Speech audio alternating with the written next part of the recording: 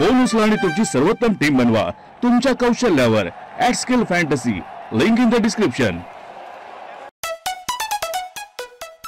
काँग्रेस पक्षामध्ये गेली 28 वर्षे मी काम करतोय आणि पक्षामध्ये वेगवेगळे आमच्या युवक काँग्रेसपासून वेगवेगळ्या ज्या संघटना आहेत त्यामध्ये सुद्धा अनेक राज्यांमध्ये आणि अखिल भारतीय काँग्रेस कमिटीचा मी राष्ट्रीय सचिव म्हणून पण काम केलं.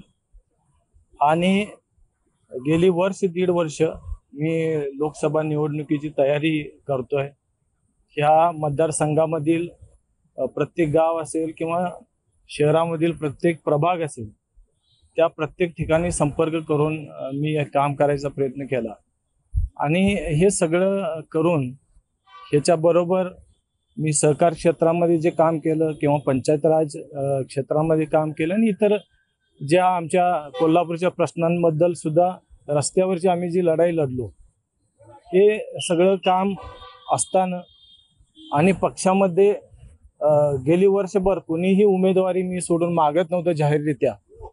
आणि ह्या सगळ्या बाजू असताना उमेदवारी देताना तिकीट वाटपाच्या प्रक्रियेमध्ये आम्हाला कुठेही पक्षानं विचारात घेतलं नाही.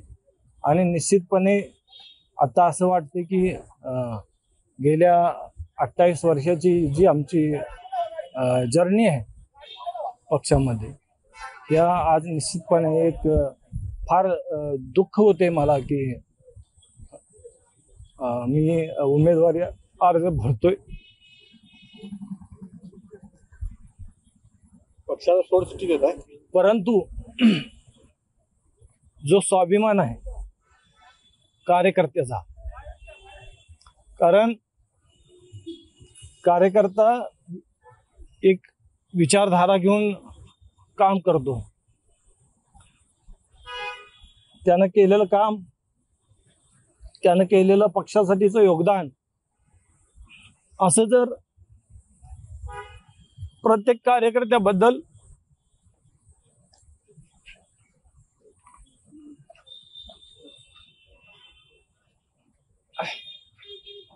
असं दुर्लक्षलं जाणार असलं, कारण सर्वसामान्य घरातला कार्यकर्ता आपलं सर्वस्व पणाला लावून काम करत असतो.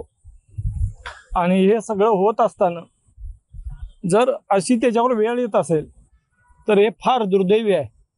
आणि म्हणून ह्या सर्वसामान्य कार्यकर्त्यांचा एक स्वाभिमान आज जो दुखावतो ह्या माध्यमातून त्याचा आवाज बनून आज मी उमेदवारी अर्ज भरलेला आहे.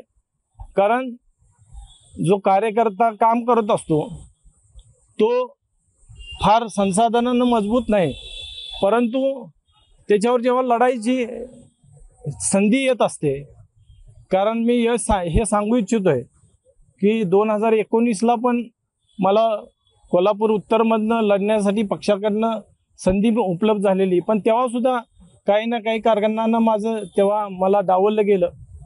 आणि आजसुद्धा ज्या पद्धतीनं मला कुठेही दखल घेतली नाही, बेदखल केलं, हे निश्चितपणे एक कार्यकर्ता म्हणून आमचा स्वाभिमान दुखवणारी गोष्ट आहे.